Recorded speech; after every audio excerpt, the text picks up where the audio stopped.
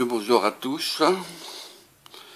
Je remets donc le schéma parce que je me suis aperçu que sur la vidéo 127 que j'ai fait une petite erreur au niveau des codes binaires ici à l'entrée.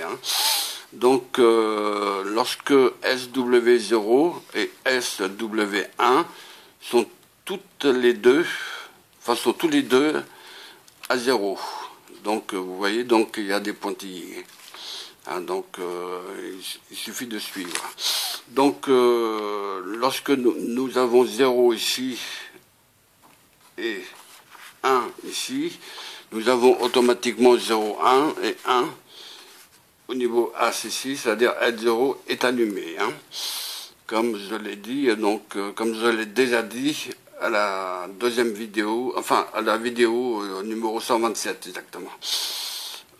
Et la LED N1 doit rester donc allumée si SW1 est en position 0, puisque là on se retrouve donc en As, c'est-à-dire en code binaire 1 ici, et là donc en B nous avons 0. Alors, ce qui fait donc 1, 0, il suffit de regarder sur la table de vérité 1, 0, donc en sortie nous avons bien 1. Donc ici, donc c'est bien le niveau As. Mais cette combinaison, je tiens à dire, et je répète, cette combinaison est formellement interdite. Il ne faut pas que les deux LED L0 et L1 soient allumés. Il faut qu'il y ait un des interrupteurs qui soit en position 1. Donc relié à la tension positive, quand que le circuit est alimenté. Voilà. Ça donc, la correction a été corrigée là, cette fois-ci. Donc là, pour cette pratique-là, nous avons monté 2 boutons poussoirs et vous allez monter de votre côté 2 boutons poussoirs pour ceux ou pour celles qui ont la possibilité de faire le circuit imprimé, mais ça c'est pas permis à tout le monde. Donc voilà, donc j'alimente donc le bouton, donc j'allumais donc le disait là, ce que je voulais dire.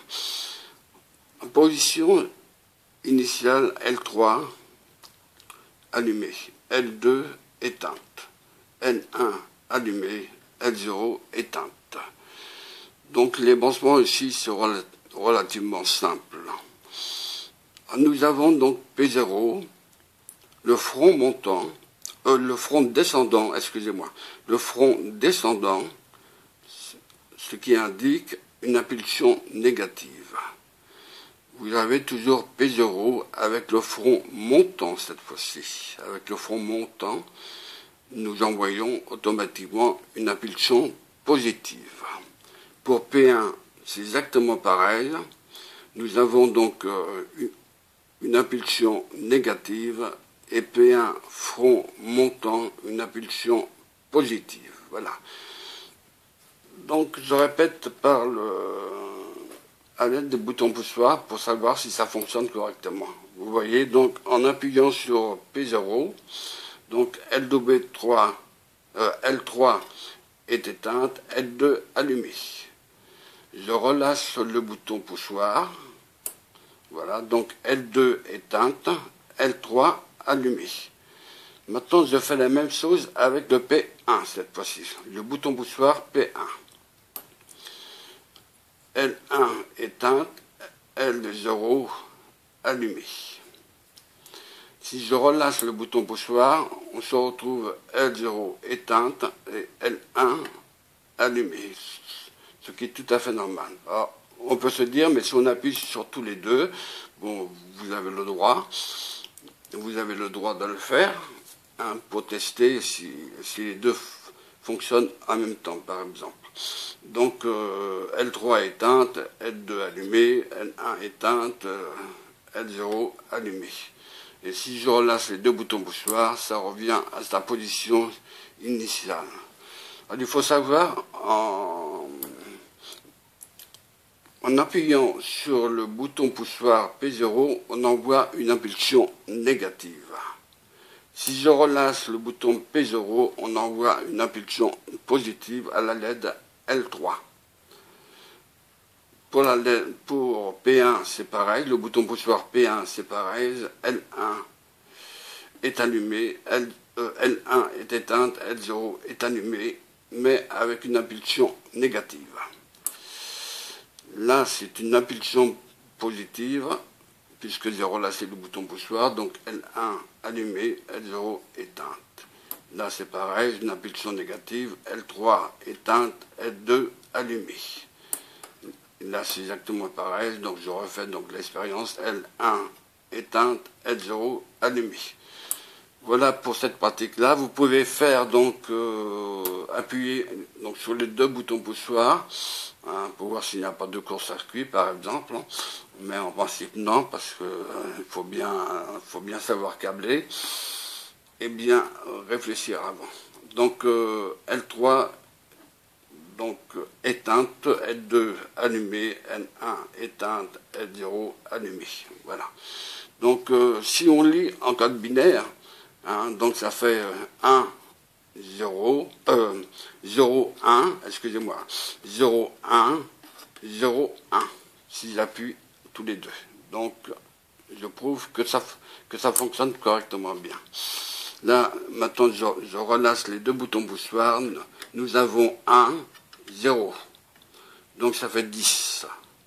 Donc binaire, donc ça, donc on verra au niveau des calculs après, par la suite quand que je mettrai donc les circuits intégrés sur la matrice, enfin sur les matrices, puisque là il y en a deux. Alors, vous pouvez bien sûr donc acheter donc les deux matrices, hein, bon. Mais vous ne verrez pas ces deux matrices-là. Hein. Ce sont des types professionnels. Hein. Ces matrices-là, elles coûtent cher parce qu'à l'intérieur, comme je vous ai expliqué la dernière fois, vous avez donc de l'or et donc quelques carats, mais enfin très minimes. Mais enfin donc il faut faire très attention lorsqu'on va insérer les circuits intégrés, y compris les fils d'ailleurs de raccordement. Hein, donc lorsque les fils sont bien raccordés, il faut bien faire attention de ne pas casser le fil à l'intérieur, hein, parce que là vous êtes obligé à l'intérieur des trous d'une matrice, là vous serez obligé de changer la matrice après. Voilà donc pour cette pratique là, hein, donc ça donc j'ai donc expliqué, voilà. Bon ben je vous renvoie donc à la théorie 4, hein, puisque c'est la quatrième théorie. La prochaine, ça sera toujours la quatrième théorie, puisque nous allons donc monter le circuit anti-rebond, que ça s'appelle, donc le circuit NAND, c'est-à-dire MM74C00, avec les 4 résistances de 4700 ohms. On vous expliquera là, à ce moment-là, à quoi ça sert, donc ces deux résistances-là.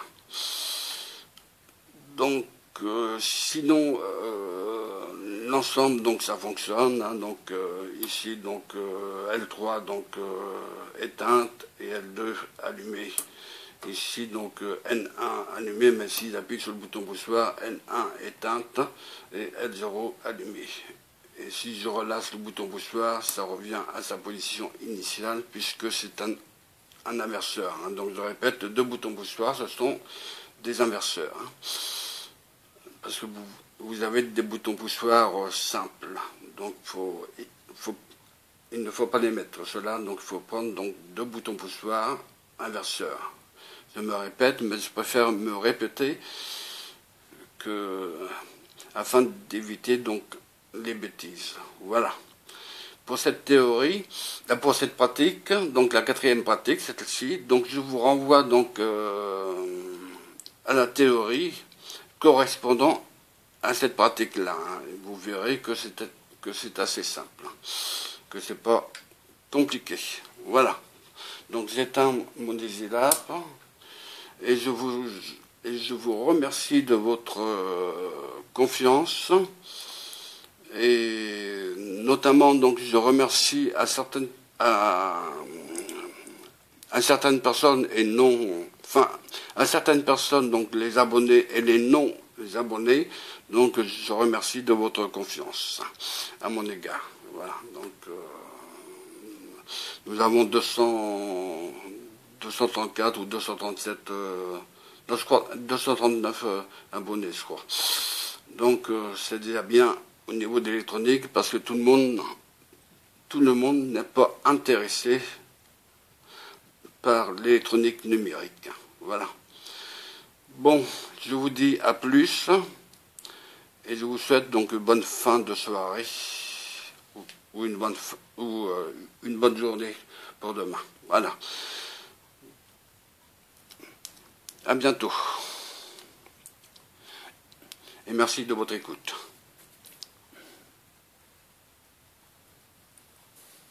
Montage des boutons poussoirs et essai de la bascule RS. 3. Montage du groupe bouton poussoir. Tout d'abord, enlevez toutes les liaisons effectuées dans la première expérience. Puis remettez le circuit intégré MM74C00 dans la mousse graphitée. Reprenez maintenant le travail sur le Digilab en procédant au montage du groupe bouton poussoir. A. Positionnez l'un des boutons poussoirs sur la plaquette du circuit imprimé, au-dessus du sigle P0, figure 4A. Le méplat de la partie supérieure cylindrique est opposé à l'inscription P0. Les indications NC, NO, C, marquées sur l'embase du bouton poussoir doivent correspondre à celles sérigraphiées sur la plaquette de circuit imprimé, selon les modèles, figure 4B. B. Assurez-vous que le bouton poussoir est introduit à fond sur la plaquette et soudez les 7 bornes. C. De la même manière, soudez le deuxième bouton poussoir en P1, figure 4A. D.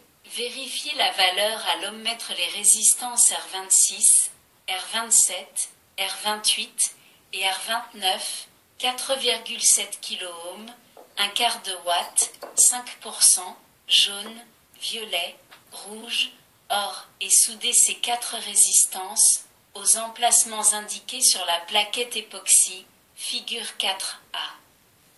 Suivez les conseils donnés antérieurement pour le montage des résistances. 3.1. Contrôleur tension.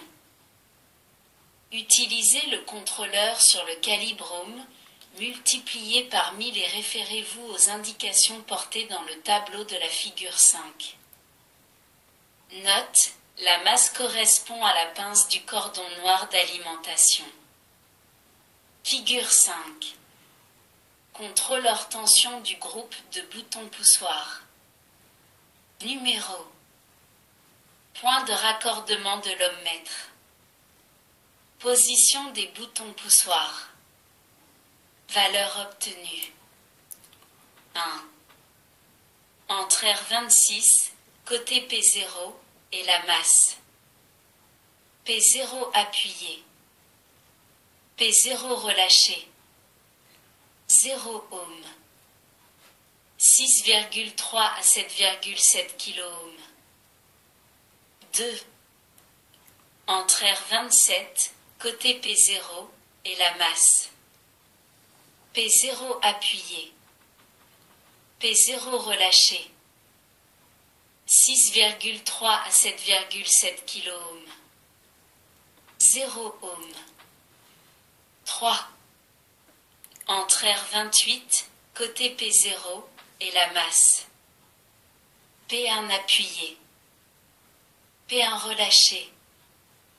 6,3 à 7,7 kΩ. 0 ohm. 4. Entre R29, côté P0 et la masse.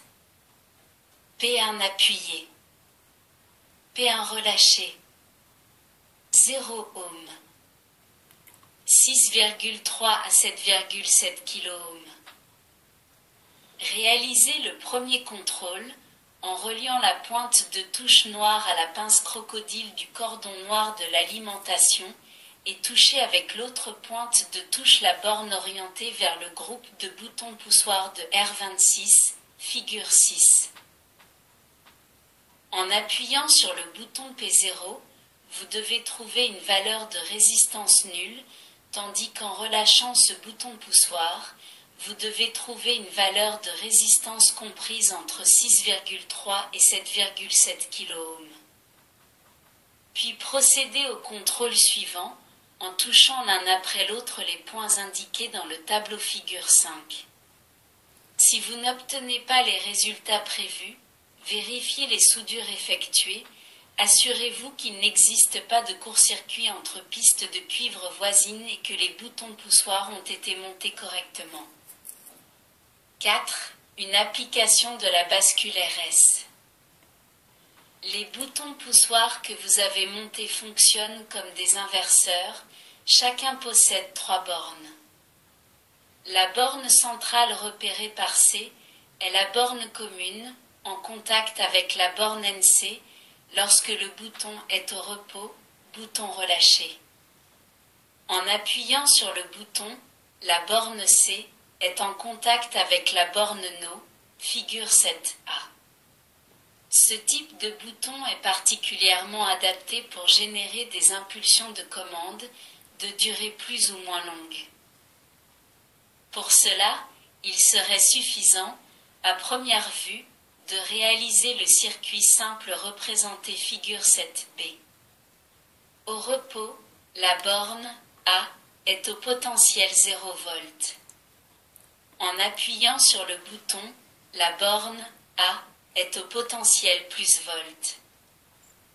La tension sur la borne A par rapport à la masse est représentée théoriquement sur la figure 7C dans les deux conditions, bouton au repos et bouton enfoncé.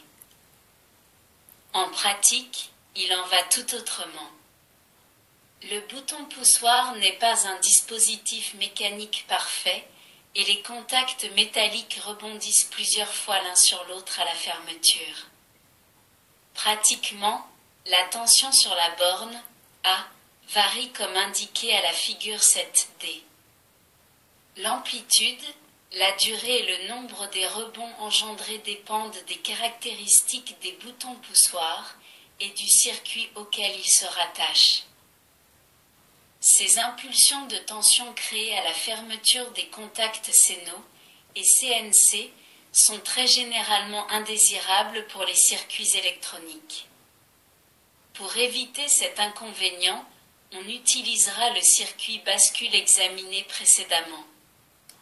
Pour tester cette utilisation, procédez de la manière suivante. A. Introduisez le circuit intégré MM74C00 dans le support IC1. Avec les résistances câblées R26, R27, R28 et R29, vous obtenez ainsi les deux circuits anti-rebond identiques représentés figure 8. Les deux sorties du circuit anti-rebond, figure 8A, sont en liaison avec les contacts du groupe de connecteurs désignés par l'inscription P0 front descendant et P0 front montant. Celles du circuit figure 8B sont en liaison avec les connecteurs désignés P1 front descendant et P1 front montant. Pour chaque bouton poussoir, les marques NC et NO indiquent les contacts en liaison avec la borne commune C dans les deux positions, bouton relâché, bouton appuyé. B. Effectuez à présent les liaisons indiquées figure 9. Vous reliez les 4 sorties P0, front descendant, P0, front montant, P1, front descendant, P1, front montant respectivement aux 4 LED L3, L2, L1, L0. Branchez l'alimentation, pile. Vous observez que les LED L0 et L2 sont éteintes, tandis que les LED L1 et L3 sont allumés. En effet, vous retrouvez l'indice à vue, figure 3. L'entrée neuve du circuit MM74C00 est à l'état L, position repos du bouton P0, et l'entrée 13 est à l'état H, grâce à la résistance R26, reliée à la tension positive, figure 8A. Donc la sortie P0, front descendant est à l'état H, et L3 allumé, la sortie P0, front montant est à l'état L, et L2 éteinte. Effectuez maintenant l'essai suivant avec P0. C. Appuyez sur le bouton P0, L2 s'allume, L3 s'éteint. Le bouton P0 est dans la position indiquée en pointillé à la figure 8A. L'entrée neuve de la bascule est ainsi portée à travers de la résistance R27 au niveau H, tandis que l'entrée 13 est portée à un niveau L grâce au poussoir P0. Il y a donc basculement des sorties, P0, front montant passe à l'état H et P0, front descendant à l'état L. D. Relâchez P0, vous retrouvez la situation antérieure, c'est-à-dire L3 allumée et L2 éteinte. De cette façon, une impulsion est produite sur la sortie P0 front descendant et sa durée est égale au temps pendant lequel le bouton P0 reste enfoncé. Cette impulsion est négative car la sortie à l'état H passe au niveau L pour revenir ensuite à l'état H. Elle est désignée par le symbole front descendant. Simultanément, une impulsion positive s'est produite sur la sortie P0, front montant, cette sortie au niveau L est passée au niveau H, puis est revenue au niveau L après un certain temps. Cette impulsion positive est indiquée par le symbole front montant. La figure 7C représente ces deux impulsions telles que vous pourriez les voir au moyen d'un oscilloscope. Il n'y a aucun phénomène de rebond dû au contact mécanique. En effet, lorsque vous avez appuyé sur le bouton P0, dès que le contact a été établi pour la première fois entre C et NO, la bascule a changé d'état. Le contact s'est rompu plusieurs fois avant d'être définitif, toutefois ces rebonds successifs du contact CNO n'ont pas entraîné de changement d'état de la bascule qui a mémorisé le premier passage à l'état L de son entrée 13. Le processus est le même lorsque vous relâchez P0 et que le contact entraîne C et C s'établit. Vous obtenez ainsi des impulsions de tension sur les sorties très proches des impulsions idéales représentées figure 7C. De plus, le passage d'un niveau logique au niveau complémentaire est très rapide car lié seulement à la vitesse de commutation ou de transition très brève de la bascule. Vous pouvez réaliser les mêmes essais avec la seconde bascule représentée figure 8B. Si le circuit ne fonctionne pas comme prévu, vérifiez les liaisons effectuées ainsi que la continuité des pistes de cuivre du circuit imprimé. En cas de nécessité, pour finir, vous pouvez remplacer le circuit intégré MM74C00 par l'autre circuit identique en votre possession. Maintenant, laissez le circuit MM74C00 inséré en permanence dans le support IC1 afin d'utiliser les deux circuits anti-rebond. Vous disposerez ainsi sur le Digilab de deux générateurs d'impulsion qui vous serviront à commander les circuits logiques que vous réaliserez par la suite. Ceci vous permettra de disposer d'impulsions exemptes de parasites.